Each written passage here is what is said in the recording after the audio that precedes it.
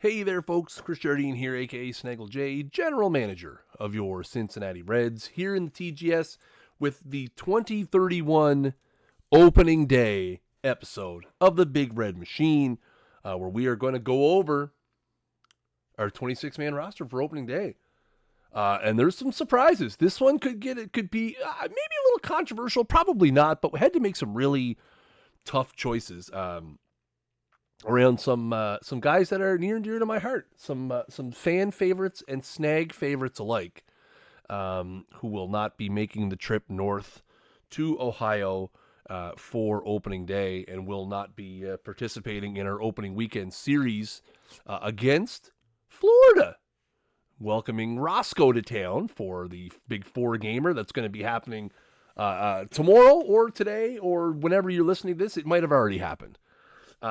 So some really tough. So again, if you missed out on our off-season recaps, go back and watch the previous two episodes where I kind of broke down the different things that we did, the different transactions. As you can tell, I'm still battling my cough. For those of you who have reached out asking how I'm doing, I'm on some pretty strong medication now that it seems to be getting better. But I still have a bit of a lingering issue. We're only on day 2 of the 5-day med course, so we'll see how it does as we go on. Hopefully we can get back to my regular speaking ability. So let's take a look first at the pitching side. This is a revamped pitching staff for sure. We have 6 newcomers in the rotation. It would have been 7, but TJ Filippelli, who was a free agent signing that we had, went down with an injury. He needs ligament reconstruction. He's going to be out for the entire year.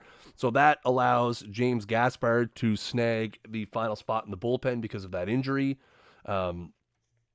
Is what it is. Also, Josh McDunn is out for 3 months. He probably would have been in consideration for a bullpen spot, maybe even a back of the rotation spot as well. But again, sometimes you lose people in the spring. That happens. So let's take a look at our new reshapen spot. 4 brand new names in the rotation who were not there at the end of the year. Ryan Augustino, who we got from the Nationals via trade. Ken Jacobson, who we picked up on the free agency. Eli Stutz, who we picked up in a trade from the A's. The one holdover is Owen DeRuin, who was our leader in wins last year with 14. Maintains his spot in the rotation. And rookie Newland Boyle. We're giving Newland Boyle a shot. He's a low stuff, high movement, high control kind of guy. He's pitched well in Double-A. He had a good spring. We're giving him a shot. The big thing here is we have a lot of options. We have Boyle. We have Johnny Boss. We have James Gaspard. We also have Jonas Guzman and Ryland San Juan, who are in the minors. So we do have a lot of flexibility. Also, we do have some financial flexibility to maybe go out and pick somebody up midseason. But we're going to roll this out to start. In the bullpen, we've got newcomers Ryan McPherson. We got holdover Coleman Bazin back from last season after a very, very nice 2030 with the club. Newcomer Diego Palomino.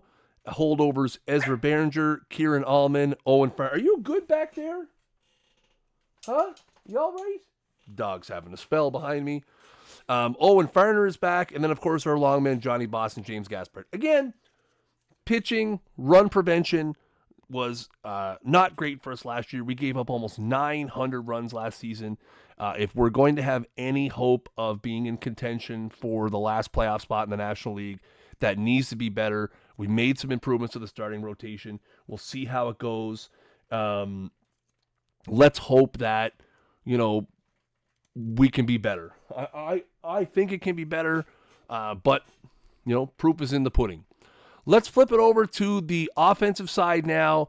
Again, the lineup, unlike the pitching staff, pretty much the same. We have a couple of changes, a couple of new faces, but overall pretty much the same. We've got Jaden Krause, who will start the season at second base. So there was a lot of consideration whether or not our 2029 first round draft pick Noel Carlson would start the season as the team's second baseman, moving Krause to left field. I decided to start Carlson in the minors. He does have a little bit of dev left to go, but it's also I really weighed he's got a little bit of dev left and then the service time considerations. So Noel Carlson will start the season in the minors. He's not likely to be there for very long. We'll probably get, a handful of Sims in, and then you'll probably see Noel Carlson take over at second base and see Jaden Krause move to the outfield. But for now, Krause is going to be our opening day second baseman. Everett Ledford returns in center field. Rico Segura will occupy our everyday DH spot. Newcomer Cody Modesty is going to be our big first baseman. Right field is where we have our first and one of our very few platoon situations. So again, we had a lot, if you will remember the last episode, we had a lot of outfielders in camp and had to make some really, really tough choices.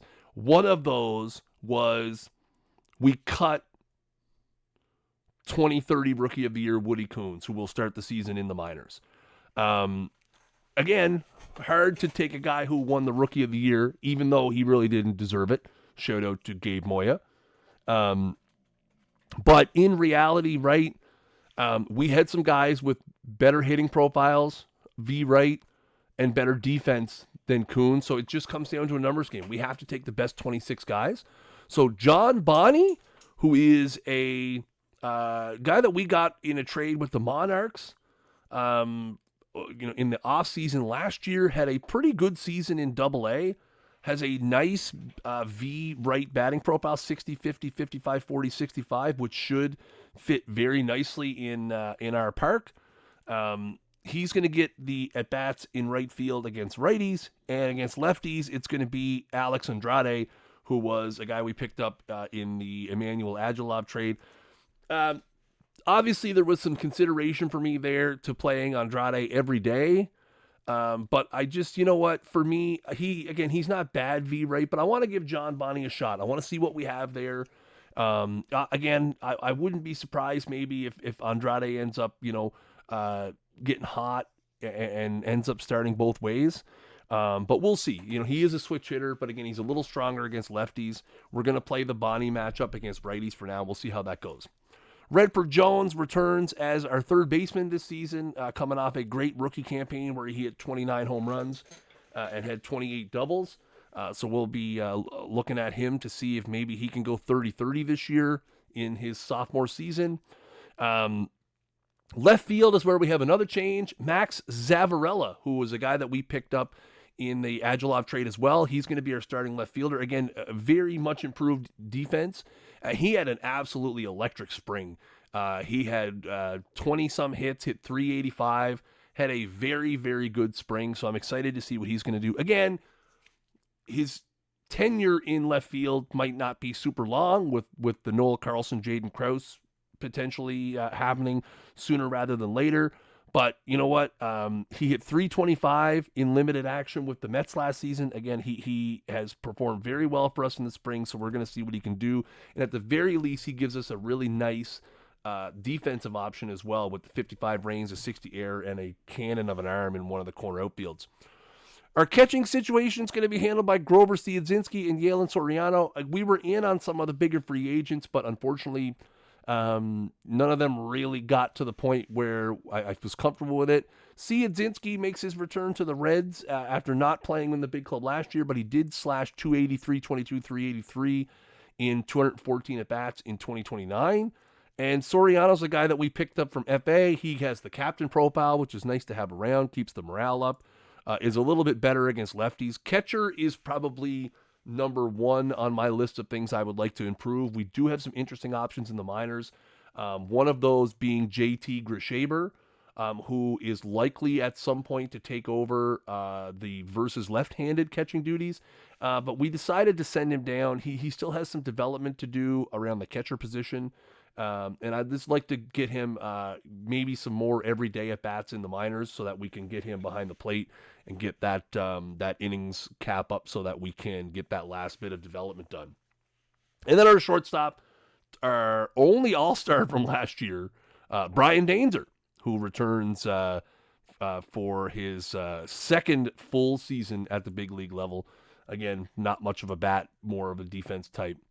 On the bench, we picked up Carson Davison in a trade with Texas. This kind of gives us a strong backup defensive option. I love Davison's defensive profile. Again, he's a little more affordable than Roman Tannen was, who's going to start the season in the minors. So we will see what Davison is able to do. We also have J.C. Roberson, who is a guy we picked up from the Angels. He is a Rule 5 pick from the Orioles, I believe. He is going to be a primary versus right bat for us. You can see a very nice 60, 60, 60, 50, 55 V right profile there. I'd love to see that. And I believe that's of course, we have Soriano and Andrade as kind of our platoon guys. So again, some big names not with the team. Woody Coons, again, 2030 National League Rookie of the Year, will start the season in the minors. Also, Josh Brecken, who, again, I've said many times on this podcast, I love Josh Brecken. He was one of my first, players that I really enjoy, one of our first kind of breakout players from those, 2028 seasons. He will start the season in the minors as well. Just, again, Brecken is a DH guy. We already have Segura and Mondesi. We don't really need a DH on the bench. Sure, we obviously want to keep him around in case of injuries, but that's just sort of kind of how it is. Taking a look at some of our prospecty types and where they're starting the season. So, top prospect Vincent Thompson will start the season in low A. Hugo Huerta, who I heard to keep continuing to call him a prospect of, he's 24, but he will start the season in high A. TJ Nickerson, who is a guy that has come on very strong, had a very, very nice development here. He had one last year, but he had a very nice development where he gained 15 points of potential I. A very interesting looking profile here for Nickerson with the 45-40, 65-80, 45. I don't want to say it's Calvin McKinney-esque, but, obviously the potential for an ADI is there. His big problem is he can't really play the field. So he would need to develop that power and eye and would need to be obviously probably a DH or maybe would have to learn how to play first base at some point. Is probably going to be in his future. Not going to be someone we're going to use in the outfields. Newland Boyle, still one of our top prospects, but he's going to be debuting with the big club again. Noel Carlson will be starting the season in Double-A and continuing to work on his second base. Again, he's missing 5, 5, 5, 5, and all the way up avoid Ks. Again, he's got a little bit left to do, a little bit of second base left to learn, but he did have a good spring. He hit 285 across the spring. Looked good, and he's waiting in the wings, our 2029 first-round draft pick. He's close. Again, you got to remember, too, he is only 21, just turned 21, so he's got some time to develop. Rylan San Juan is going to be in Double-A. We've got Kurt Schlitt, who's going to start the season in high rookie. Nolan Ho, who's going to start the season in low A. Flora Sherman and Rene Brito is going to start the season in Double-A. Aramis Jones will be starting the season in high rookie. Some of our other notables that you guys, Cash Falls will be starting the season in high rookie. Leo Amaya, who was a international signing, still gonna hang out in the Winter League for now. We'll probably find a spot for him later. Aramis Jones, who was another piece of the trade with the Mets that involved Agilov and Andrade and Zavarella. He's going to start the season in high rookie. Mendoza is going to be in Double-A again this season. Looking for another step forward. Again, he had a nice 2030. We're looking for some similar results in 2031. I would love for him to TCR some defense, but it is what it is. He's now 23, so we'll see. Again, we talked about Brecken and Coons. They're going to be kind of our depth pieces in AAA. Nat Rallins is going to be in AAA. Don Lanzalota, who was one of the last cuts from the team, had a really nice spring. He's going to be starting the season in AAA. Again, a nice power V right bat just in case. But again, he was just between him and Roberson and John Bonney, I felt the most comfortable. Obviously, Roberson we can't send down or we got to send him back. So that plays a key factor. Lanzalota having that extra option was a big one. And then, we got Guy Cote in Double-A, Santiago Garcia in Double. We could go down the full list, but everybody's kind of set, and we're kind of ready to rock. We're coming off a 74-win season where 84 wins would have been needed to get us in the playoffs. I've made dumb predictions before, and they've turned out to be really brutal. So I'm not going to do that here, but I would say, again, there's a lot that needs to happen in the next 162 games right for us. I don't think we're there yet. I think there's still a couple of holes in the pitching staff. Obviously, catcher is still kind of a position of need for us. But you know what? I think we can be there. I think, come the trade deadline and the All-Star game in July and August, I think we can be there. And again, obviously it comes down to the dice rolls. We've put a lot of effort in. We've spent a lot of capital improving the team. But as you can see, we still have a significant minor league presence left that we could deal from or we could bring up to the team. So we'll see how it goes. I would like to crack 80 wins. I think if we cracked 80 wins, if I won 82 games and missed the playoffs, I think I would probably still be happy.